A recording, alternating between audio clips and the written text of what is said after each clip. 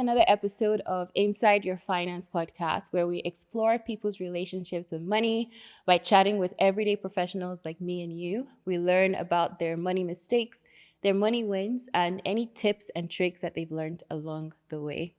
On today's episode, we have someone who is a community builder, a finance professional at a leading bank in Canada.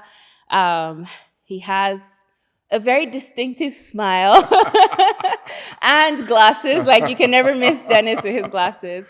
Welcome, Dennis. Thanks for coming. Thank you so much for having me. I appreciate it. Yeah, no, I'm like, I feel like every time I see you at an event, like, or a picture of you at an event, you cannot miss you with like the smile. It's either the smile or the glasses. Just something will always. That's my brand. Yeah, that's your brand, personal brand. I love it.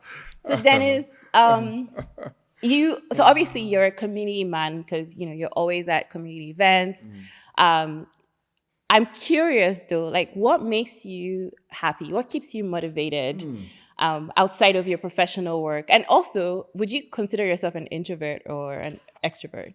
Oh, let me start from that one. All right. I am definitely not an introvert. Okay. Definitely not. Okay. I am like, I tell myself, like, if there's a definition of real extroverts, then I am that definition. You're the poster child. So I'm poster child. So I'm an extrovert. I love community. And interesting because for me, my love for communities is, now I think about it, it's just the way I grew up. I grew up in community, grew up in Nigeria, grew up in this small, well, now it's a big city. What city was that? I grew up in Port Harcourt. Oh, me too. Yeah, you grew up in Port Harcourt? Yeah. Okay. So, but interesting. So where we grew up in Robomas in Port Harcourt, I still remember all the kids, after school, all of us running on the streets, playing soccer. Yeah. We would go fetch water together. I had neighbors that, they went to the markets, they sold in the market. We would go help them, like somebody was going out, they would drop their child at your house. Please take care of Buma or something. Like, it was all about community. I always remember growing up and there was so many women in the house. Like, women, we all gather with my mom. Everybody's eating. We go to my friend's house. We all ate. There was no power, which is a problem, power. And I still remember those nights where we would all, like, when there's no lights, everybody comes out, and I still say we live in a compound, so everybody comes out, and everybody, we're telling stories. Yes. The parents are sitting down, fanning themselves, eating. Oh my gosh, yeah, bringing back memories. Yeah, then we bring our mats, we all sit down that on the mat. That was the best part. Yeah, and talk about, do hide and seek, the moon, and you see candles and lamps, and it was all about community. And we all looked forward to just all those times. And I think that I don't think that ever left me. Like, everything I did in my life was community. Whether you went to church, it was community. It was people. It was all around me was community. And I think that that motivated me. That just helped me wherever I went. I just always wanted to recreate that because it gave me joy, it gave me happiness, it gave me peace. And so, being here, that's the same thing I do because it gives me that joy and happiness. So then what makes you tick and what keeps you motivated is just connecting with people and having that community. Yeah, connecting with people. It kind of really fills my cup, and having that whole community impact. Interesting because, then it was just part of you, but as you grow older, you begin to see the impact of it, right? On how, like, we can create change, we can make a difference in people's lives, we can help people. So many of those things that. Okay, so since you're already talking about your upbringing and how that's impacted your love for community. Obviously this is a money podcast, so I'm interested to know, what was your earliest memory of money as a kid? I've been thinking about it, and thanks for that question, because my earliest sense of money, a couple of things. My earliest sense of money was survival. Right? That's my earliest sense of money. I didn't think about money as that thing you saved. I thought about money as that thing that helps you guys, eat. It was survival. Like I think about it now. I grew up with my mom, and when I think about the people in my neighborhood too, everybody was on survival mode, right? Not People didn't have enough to save. I still remember, like, you would still always hear the fight of somebody not paid their rents, and there's fights going on. I still remember all of those things. Those were things that I grew up knowing. So I thought about it as survival, right? Having it, then I will always still remember maybe my mom will say, "Hey, go meet like our neighbor. Go, please tell them to give me, like 100 naira. Give me 200. You borrow money, so Right. you will go borrow so that you can use. And what did you use the money for? It was for For food. food. Mhm. That was my earliest understanding of money. Right. So money was the thing that you needed to survive, Money was not there. necessarily I for didn't really I anything didn't other see than, it past that yeah. growing up. I didn't see money past that. So yeah, that's how I saw money. So that's one way I saw money. Then there was either like you were poor or there were either you were rich. On the rich part of it, like I don't know what it meant to be rich. So but I just knew that those people had a lot. They had cars, they had generators when there was no power. I didn't relate to them because I didn't know what money was. But for me, money was survival, Right. right? Right. Money was survival. And one other part again, I'm just so my life is different. My mom was this poor woman, who managed her life. My dad, on the other side, was somehow average and well-to-do. He ran Okay. businesses like gas stations and all that. Oh, So he okay. had some money. Okay. So when I stayed with my mom, there was a different reality. And the weekends I'll go stay with my dad. It was a different reality, right? Oh, So I there were want to two different, explore that yeah, there were actually. two different realities. Yeah. So I remember my mom telling me not to go to my dad. My mom didn't support me going to my dad's place sometimes because each time I went to my dad's place, I was a different person, right? Ah, And I was hanging out with my other brothers, and there was money all of, there was money. right. And sometimes I'm happy I didn't do, because I started getting the wrong behaviors too, because I still remember, like, in my dad's house, there were like brothers, cousins, and all that, who were teaching me how to maybe steal from my dad. Oh, wow. Go to his room, go pick 5 naira, go pick 10 But why would naira. they do that if the money was already just there abundantly? Yeah, so you think about it. Yeah. But when I think about it in both senses, and those are things I didn't want to do, right? I didn't want to go steal from my dad, but sometimes you're the last, and all these people make you do it. It's Yes, something yes. I didn't really want to do. Yeah. So I believe that those things shaped my mind about what money was. So let's explore that. Mm-hmm. So on one hand, your mom was obviously in survival mode. Yeah. On the other hand, your dad was in like build mode. He was kind of, well to do, had Yeah. businesses. So how did the combination of that, how would you say the combination of that shaped how you view money today? Yeah, it's good. It's good that I went through it. It's good that I went through all of that, because for a long time too, I was on survival mode, because of that's what I knew. Even when I had so much, I was still on survival mode, because I felt like it needed to be spent. Like, even like, oh, like, why will I have all this money in the bank when that person is suffering, or that person needs that? They need that money for survival. So for a very long time, I was on that mode. So for you then, the Yeah. survival mode wasn't necessarily like you were worried about having money. It was more you felt like money should not be saved or put in a bank. No, It should be used to it should help be somebody should be else used survive. somebody else, because of that's Right. what I grew up knowing. So it's money. So what you grew up knowing, if I were to summarize it, Yeah. is that money is meant to be used to meet your needs, Needs, not and your current needs, not like not, saving for not the planning for the future and Right. all of that. I never knew all of those sort of things.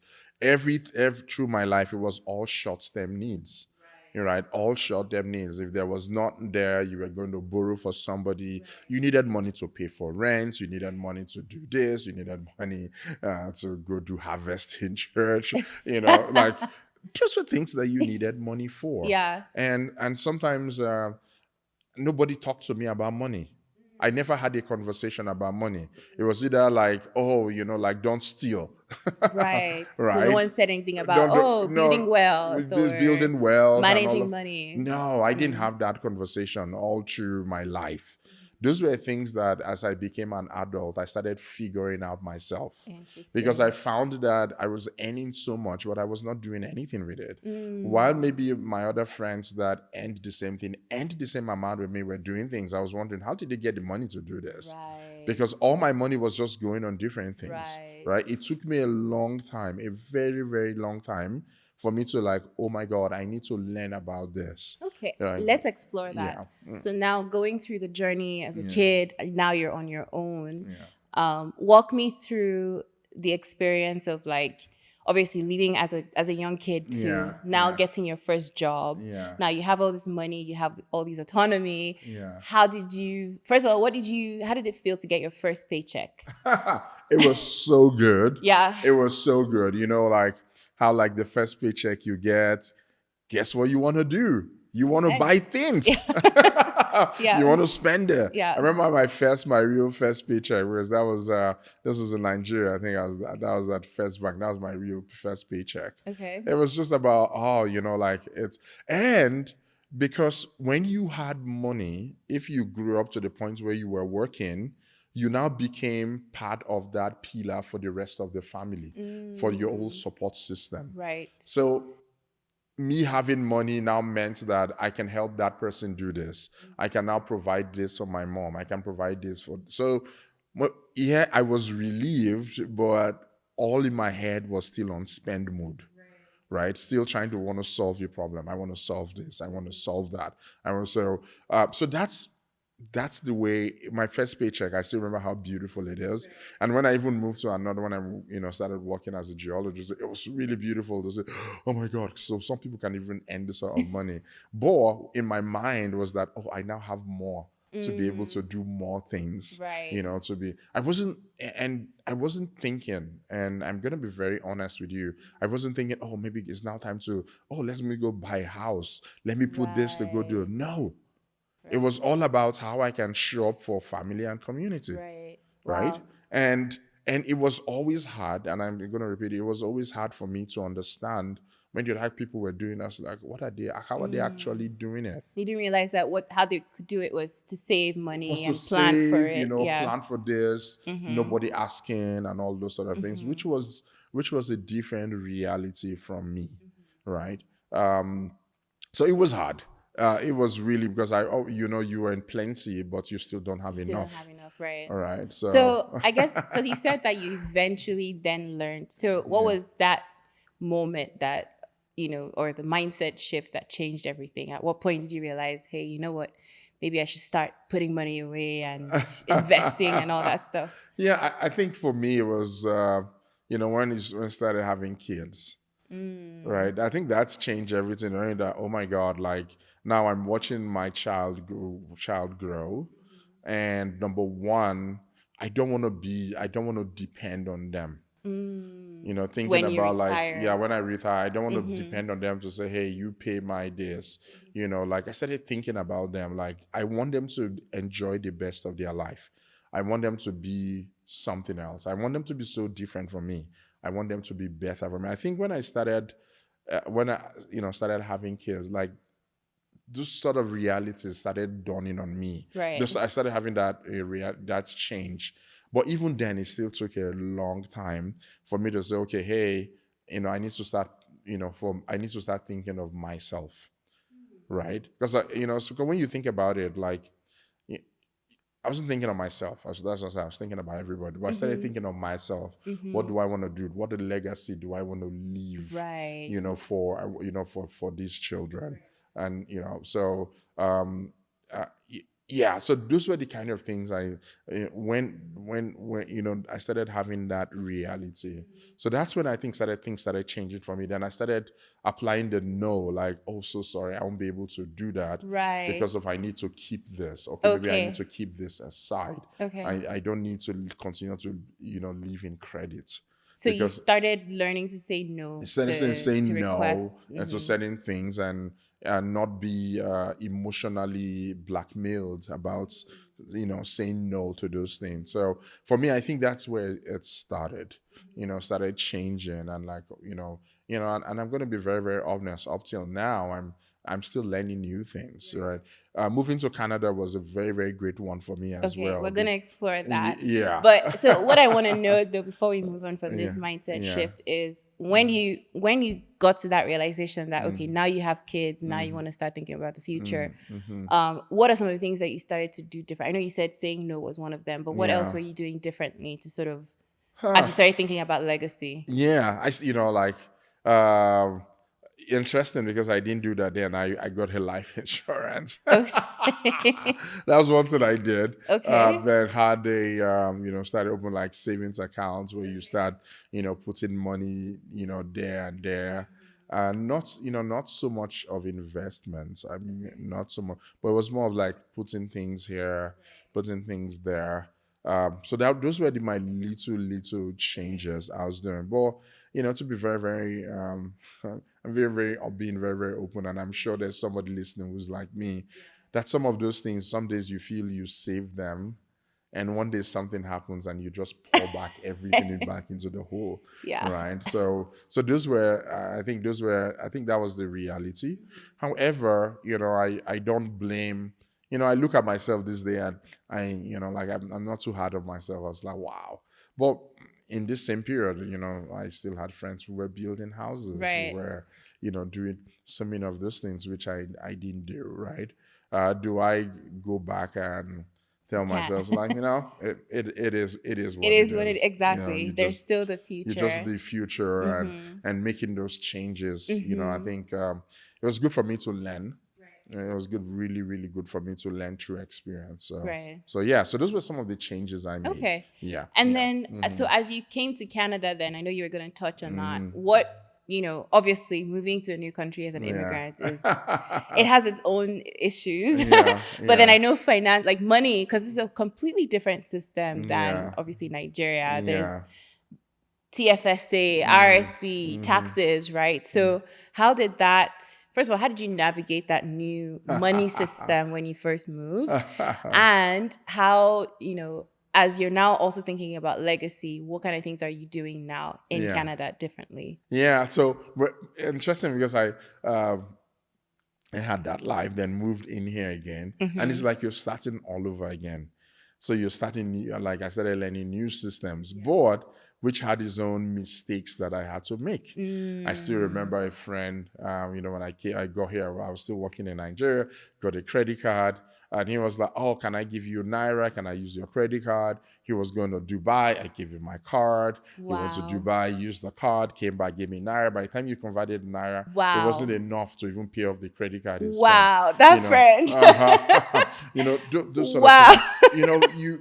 You just... Was a friend living in Canada? No, he was living in Nigeria. In Nigeria, okay. Yeah, so... Wow. Well, That's I could smart. tell some of my I'll mistakes. I'll use that on a friend. Actually, so while we're on this topic, because one question I usually ask my guests is, what is, the biggest financial mistake that you've made? And then we can go into like how you navigated. I think the biggest financial mistake I would say I've made in my life is, I would say it's not thinking of me on time. That's what I would say, not thinking of me on time, because there are many people I felt that you owed them responsibility, but you didn't. When I wasn't there, guess what? They just disconnected from me, connected to somebody else. Right. So, isn't it called the black tax? Yeah. Where you feel like that's what they call it for black people and immigrants. Like, you're always sending money back home, or you always feel like there's someone back home. There's always something like, you needed to take care of. So I think about that. Sometimes I feel, well, that was a mistake. But when I think about mistake, it's just like keep spending and spending, not putting like controls in check for me to say, hey, I need to do this. These are my boundaries. this is what I want to achieve. This is what I want to do. I didn't have any of those things. I didn't make any one of them for myself. I always felt like, having a good job, is always going to be there. There's always tomorrow is always going to come. You're going to take care of tomorrow. Tomorrow will take care of itself. Those were, for me, I think that I would say my biggest mistakes I made, as a person. Okay. So Yeah. just not thinking enough about yourself, Not and thinking more enough about spending. myself, not thinking enough about the future. But now I think I can go back and say, well, I think it's the way I saw life as today. Right. Take care of today. Take care Right. of today. So if somebody has a need today, why am I thinking about tomorrow when I need to take care of? And sometimes you think, oh, maybe I spend on so many things. No, I didn't really spend on so many things. I spent on people. On people. Wow. I really, really spent my money on people, That's not on interesting. things. I wasn't really buying too expensive cars or maybe partying. Well, you party, bore. Now I think I was like, oh my God, all this money was going to that person, to this person. I think that for me that was the biggest one. Right. Yeah. Oh, Yeah. that's interesting. And then I guess on the flip side, then, is there a financial decision that you made early on that you're most proud of? Oh yes, I am.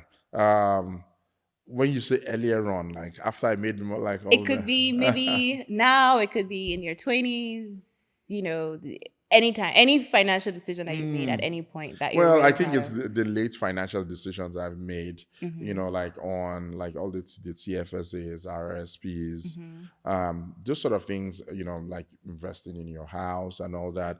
I think those things about now thinking about the future that and moving to Canada, understanding how the system works. Like, okay, one day I'm going to be out of work, this is what's going to happen. That's what's going to happen. Yeah. I think in Canada, I think the reality really dawned on me. Like, it was like, okay, you need to take care of yourself. Right. You need to be able to provide for yourself for the future.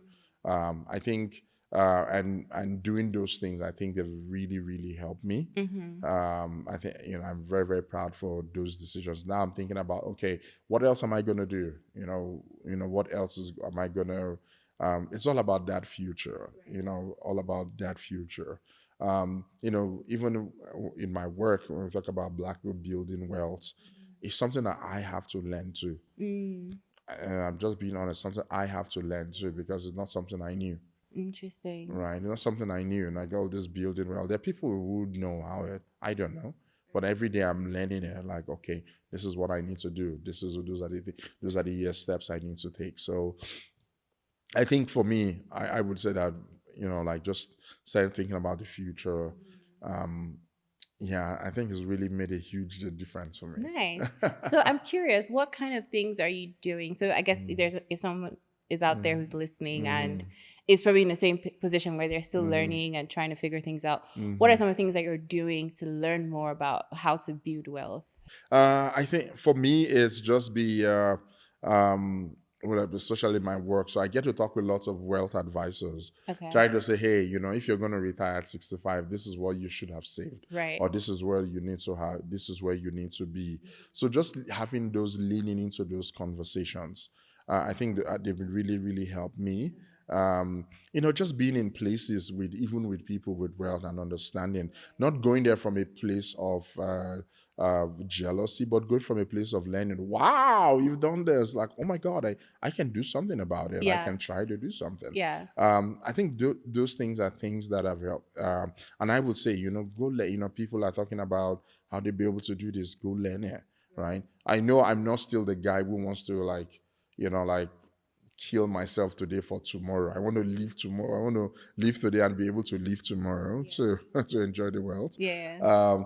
But just being part of those conversations, listen to what people are doing, making smart investment decisions, learning to save, learning to, that story cut according to your size, or people say different things about it. But all those things are very, very important. And I think it's all about, for me, is that future call.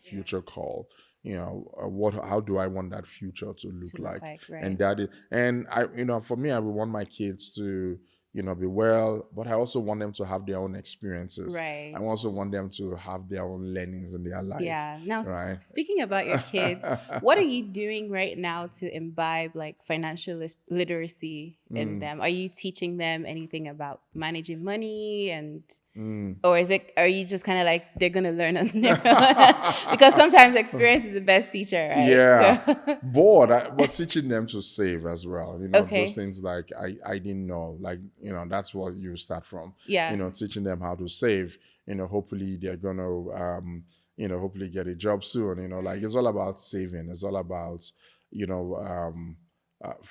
that's one thing I'm teaching them to do, to save, which is something You didn't do. I didn't do. Yeah. So teaching them how to save, Okay. teaching them to like, oh, you don't need to buy this, you don't need that. If you don't need it, why do you need it? Right? Those sort of things. Focus on the things you need and all the wants and all that. So those are little things you're imbibing in them. I am imbibing in them so that they can learn. Okay, that's good. Just and they don't have to worry about, oh, they are sending money to that person. And our realities are so different. Very different. Our realities are so different. But just tell them to make smart decisions, right? And how if they make those smart decisions, it has benefits for them in the future. Right. So that's what I like that. I'm good. Teaching them. Yeah. So now I'm curious because you just mentioned, and I'm actually going back to it because I think, like I mentioned, it's called black tax, and I think a lot of people struggle with that. Yeah. But one thing you said that was really interesting is that you learn to start saying no. So for someone who's out there who's listening, who's also an immigrant, who is dealing with black tax, how would you what advice would you give them to be able to manage it? Because I know some people, if I actually know someone personally who would stretch herself. I'm not going to mention names. I know. Because she's taking care of family back home, right? And it's just that inability to say no because of a sense of responsibility, which might also be driven by guilt, like survivor's guilt, right? Yeah. So what would you tell someone who's listening, who's dealing with that and still hasn't been able to get to that point where they're able to not say no and abandon them, but manage it in such a way that they're not, forgetting themselves or forgetting their future just because of the black tax? I always talk about the first law of physics, or the Newton's first law of motion, that says that a body of mass will continue to move in a direction until it is acted upon by a force, right? So which you can use that for human experiences. There are many of us who will continue on that path until something really hits us really hard, and we're like, oh my God, I need to change. For me, many things happened. Divorce happened. Moving to Canada happened. There were so many things that hit me to change my perception of it. I just started paying child support. I was like, oh my God, you pay child support and you have the money to be able to. There are many things that have changed the way I think about it. And for many people, no matter how much you tell them, they might not be able to. What I'm saying in essence is that everybody will have their own reality. But what I will say to that person is just think about yourself. It doesn't mean you don't love your family. It doesn't mean you don't love the people around you, but think about yourself. Think about what's going to happen to you in the next 50 years or maybe in the next 40 years. Where do you want to be? How do you want your life to be? Right? And I don't want you to make it based on, think that your life is going to be dependent on others. Right? Depending on, this guy, I give that money. This one, I give that money. They'll be there for me. They might not be there for you. So you need to start thinking about yourself. Who's going to be there for me? Right? If they start thinking about it that way, it can help you start saying little no's. Start putting like your own plans together. Okay, this is what I'm saving towards, and trying to, at the end of everything, if you have excess and if you have some things, you're going to do that. And there's still going to be other responsibilities that you're still going to take care of. Of course, yeah. Right? There's still, like, it will not change. Yeah. Those things will be there. But it's despite those things, always think about who's going to be there for me. How like, if you're Nigerian like me, you grew up, your parents, like their plan was you. Yes. Like, my plan is not my kids. My plan is me. My plan is I want them to live their life for Christ's sake. I live in Canada. My dad is in his 90s. He lives in Nigeria. Who knows, when I'm 90s, my son might be in Australia or something, living That's something. I want them to have a full life. Right. And I don't want them to have a life depending like, well, this is, no, You have to no. take care of your Right. parents. So I Yeah. just want them to think about that. It's not easy. I'm still going to say, you know, based on what, it's not easy. It's not easy to say no to those same people you grew up with. You had the same struggles.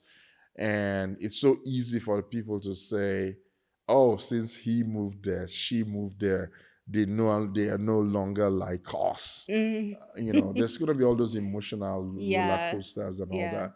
But I want you to think about yourself. I like that. Think That's about actually really yourself. good. Think Yeah. about yourself and make the plans for you. Yeah. Right. And that's not selfish. And That's just being, that's not selfish. yeah. And one thing I came to realize, again, I told myself that helped me, if I'm not here, life will still go on. Right? True. If I'm not here, life will still go on. You know, like those people who depend on me will still survive, or they will find either they survive or they don't survive. But life will evolve in a way, in a different manner. So think about that. And for me, and that's what I keep telling everyone, that there are many people I thought they were not going to survive without me. And they have survived very well. Yeah, I like that. All right, Dennis. So 2 more questions for you. Do you consider yourself wealthy? If yes, what does wealth mean to you? Oh my God, do I consider myself wealthy? That's a great question. Nobody's ever asked me that before. Like in my own terms, I might not, it depends on the definition of wealth. Yeah. So I guess you can start by saying, what does wealth mean to you? And then based on that, would you consider yourself wealthy? For me, wealth means having a full life, having a happy life, having the experiences, those beautiful experiences. Those I think that's that's wealth to me. It goes beyond money. It's about having the right people around you, the friends, sometimes family, and I think that's wealth. Health, those sort of things. I think those are things that I count as wealth. So I'm happy. I'm wealthy. I have my community around me. I've built community. It makes me happy. It gives me joy. I'm not, I've never been, I've never been a person who runs after like money. I've never been that guy. For me, wealth is happiness.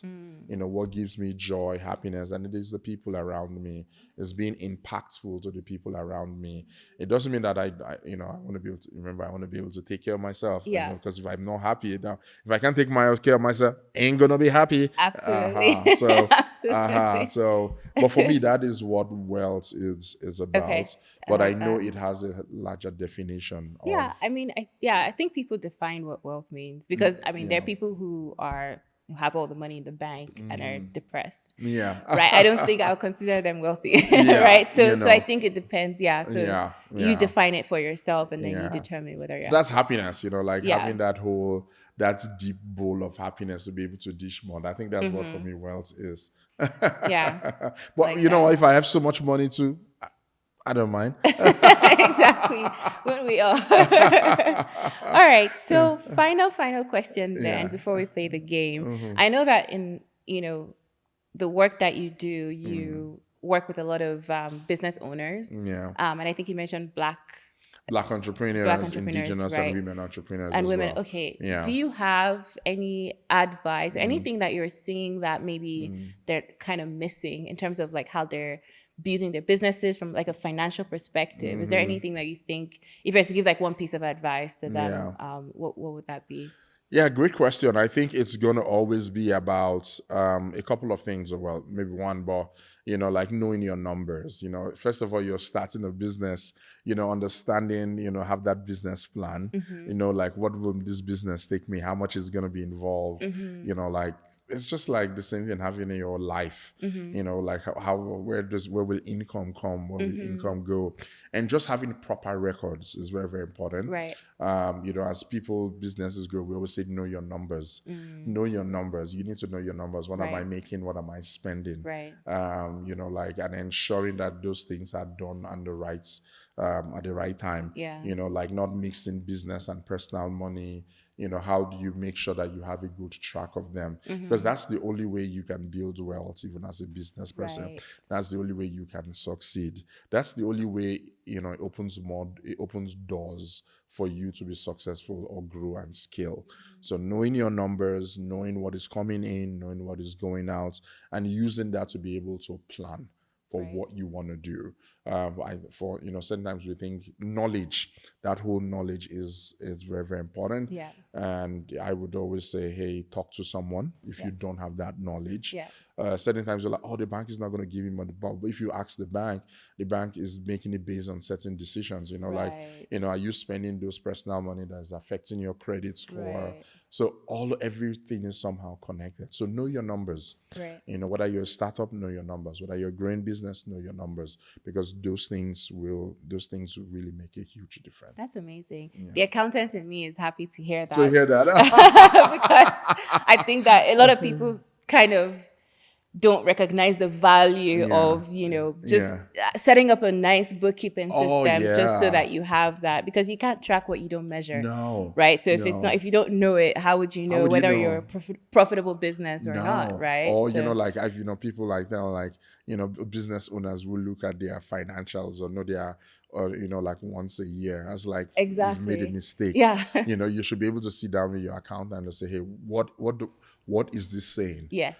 Am I bankrupt already? Yes. Or am I not making money? What do we need to do? Because until you know those things, you can't plan. Yeah. Because it's so easy to be, in your business and not on your business. It's so easy to get so involved in it that you lose all the other things, right? So just having that whole understanding, I think, goes a long way. All right. So we're gonna play a quick game. It's called This or That. Yeah. So, wealth or influence? Which one would you choose? Wealth or influence? Maybe influence. Okay. Yeah. I thought you would say that because you're a community guy. Yeah, so yeah, of course. Yeah. So luxury mansion or luxury car? Luxury mansion. All right. Yeah. Luxury vacation or luxury watch, like a Rolex? Luxury vacation. Yeah? Oh, it's the experience. Okay, I like that. And then final question. If you won $10 million today, what would you do with it? Oh my God. How would you split it? Okay. If I won 10 million today, first of all, I'm still going to keep working. Okay.